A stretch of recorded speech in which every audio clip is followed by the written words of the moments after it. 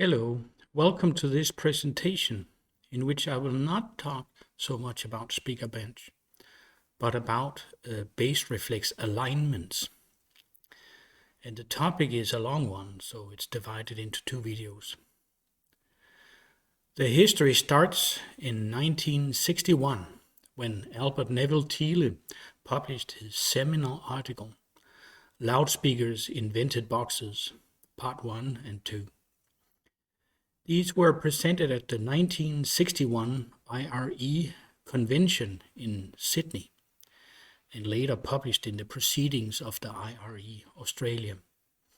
And IRE means Institute of Radio Engineers. To the best of my knowledge, Thiele invented the concept of alignments in relation to loudspeakers. So what is an alignment? Well, inspired by RF terminology, Thiele's idea was to align a loudspeaker, bass reflex vented box, high-pass response with an equivalent high-pass filter function. So you have a high-pass filter function and you align your box response with that filter function. So the word alignment comes from this idea that you align the response with a filter function.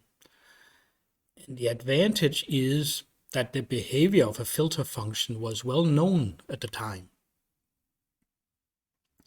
Prior to Thiele's idea of aligning the response with a filter function, bass reflex was designed based on good practice rule of thumb and or possibly an iterative process. And to begin with, generally speaking, you never really knew what you were going to get. Thiele's idea changed all that. And the way I see it, it was a strike of genius on his part. And indeed, he was a genius, which you can assure yourself of by looking at his later work.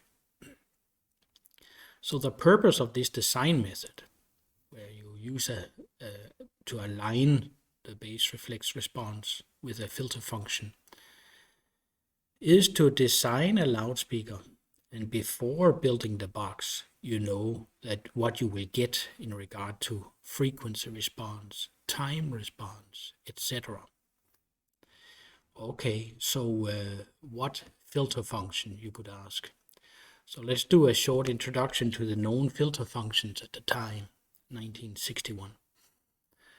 And the first one I would like to mention is the Chebychev filter function. It is named after Pafnuty Chebychev, and he was a Russian.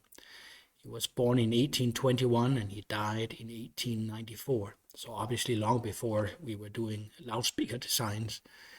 But he did some of the underlying math, which then came into use here.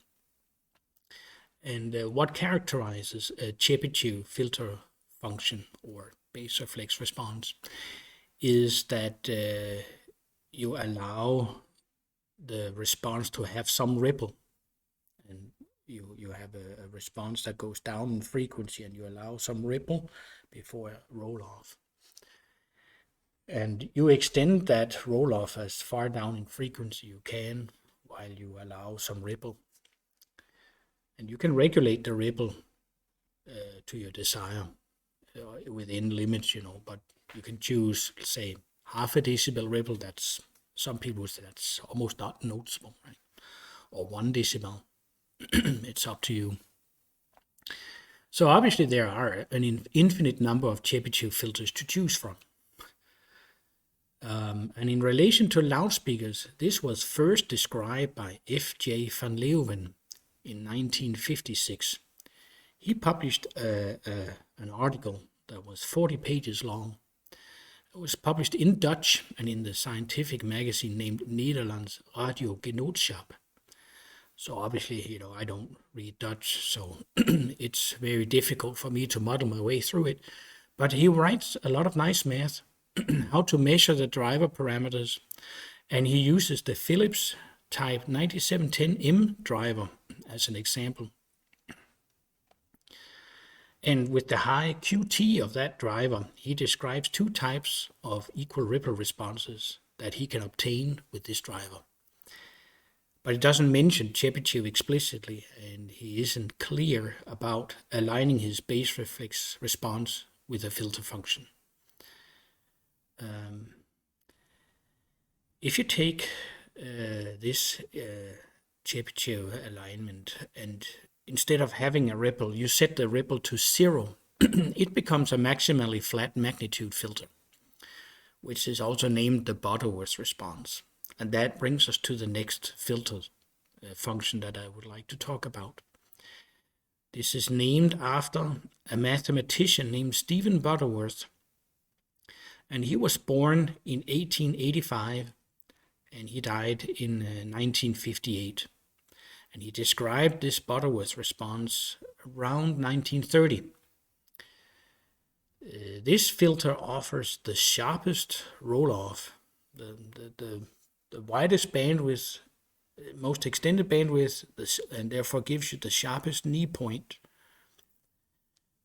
without any ripple in the passband. And in relation to base reflex loudspeakers, it's a discrete alignment, which means you need to select a specific driver with a specific QT value and tune that with a specific box and port. Then you can obtain this discrete alignment. If we go from base reflex and fourth order responses, if we go for a second order filter function, the Q of the knee point Q, the roll off, is has a Q of 0.707 or 1 over the square root of 2. But for a fourth order response, it is not defined as a single Q value, although we sometimes see the Q equal 0.707 mentioned for a fourth order system on the internet. It's not really like that, so don't trust everything you read on the internet. If these filter functions were described before loudspeaker alignments were invented, how was the work related to loudspeakers then, you could ask. And I believe that Thiele's article series is the first time where we see this correlation. I would like to talk about another filter function called the Bessel filter function. It is not mentioned by Thiele, but it was known at the time. The Bessel filter is named after Friedrich Wilhelm Bessel, and he was born in 1784 and he died in 1846. He was a German mathematician and physicist. He laid out the math which described the filters with the fastest settling time.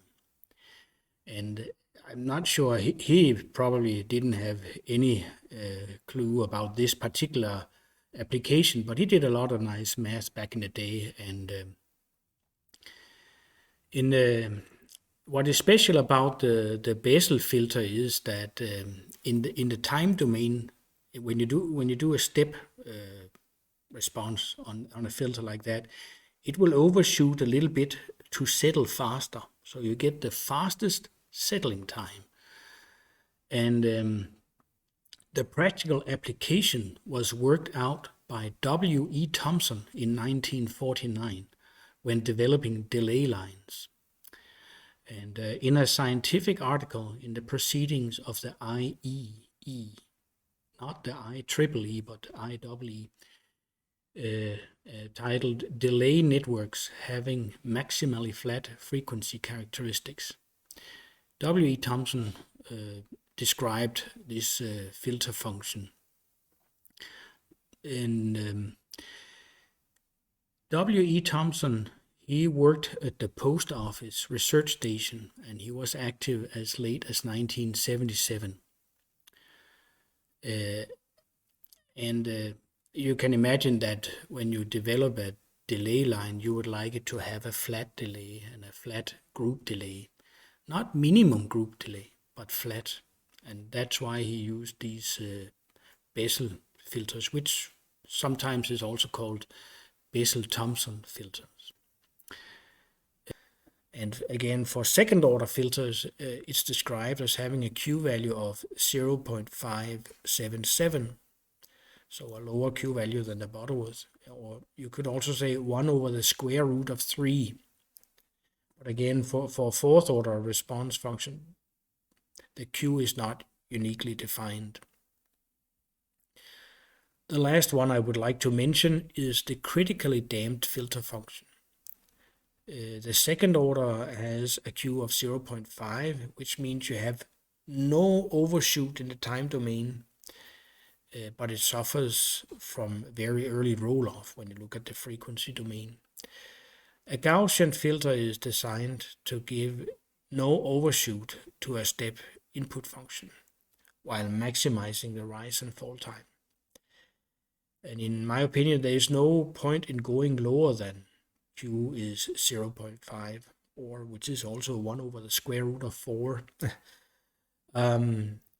It's just to make it clear that there is this relationship with the square roots, but obviously 0.5 is an exact number, so we don't need to calculate square roots to get all the decimals. It is only recently that a colleague at work, his name is Jacob Eriksen, he reminded me that fourth order responses do not have a Q value. The concept of Q values belongs to second order filters. And if you want to, you can describe a fourth order filter with its polynomial. You can describe that as 2 second order polynomials that you then have. You can multiply it and you can expand it into the fourth order polynomial that you're working with, or vice versa. When you have the fourth order, you can find some 2 second orders that describe it. And each of these second order filters that makes up your fourth order response, they have a Q value that you can find in the polynomial. Therefore, when you see anyone mentioning the Q value of a fourth order response, it must be some sort of composite of those 2 Q values. But that's not uniquely defined, meaning you can't really just add them up or multiply them and anything like that. So it's maybe better not to talk about Q values when you talk about a fourth order response. Okay, done with filter functions for now. Let's talk about base reflex. So Albert Neville Thiele, he was born in 1920 and he died in 2012. He came up with this idea to align base reflex loudspeaker response functions with equivalent filter functions. Computers were not readily available. The concept of alignment was very helpful in knowing what you aim for before cutting any wood, right? Thiele described fourth order, fifth order, and sixth order Butterworth base reflex responses, and the higher orders, they require auxiliary electronic filtering, as well as Chebychev responses with different amounts of ripple. Plus, he coins the term sub-Chebychev alignment for lower QT drivers, and the quasi-Butterworth response, or quasi-third order Butterworth response, which, as far as I know, was a new concept at the time. This response, often named QB3, allows to tweak a box and a driver with a given port tuning to have a soft roll-off, eventually becoming a fourth order, of course, because that's how a base reflex is working. It's always a fourth order in the end, but it's a soft roll-off and it has this tendency to be more like a third order. And with this concept, you could choose not a discrete, specific driver, box, and port tuning, but you could actually select between a range of drivers with some Q values. And then, of course, you have to pick the right box size and port tuning. But you suddenly had the flexibility that you could choose between a range of drivers or drivers with a range of QT values. And that's quite nice when you have this degree of flexibility in regard to the choice of the driver you want to use. The two-part article by Thiele is so important that it was later republished in the Journal of the Audio Engineering Society in 1971, 10 years after it being published the first time. So let's summarize. Whereas the Chebychev alignments, it's an entire family of alignments. And you have the quasi-Butterworth being suitable for a range of drivers. The fourth order Butterworth, the B4 alignment, exists only for a specific driver QT, which is around 0.4. Or if you operate in a lossless design, 0.38.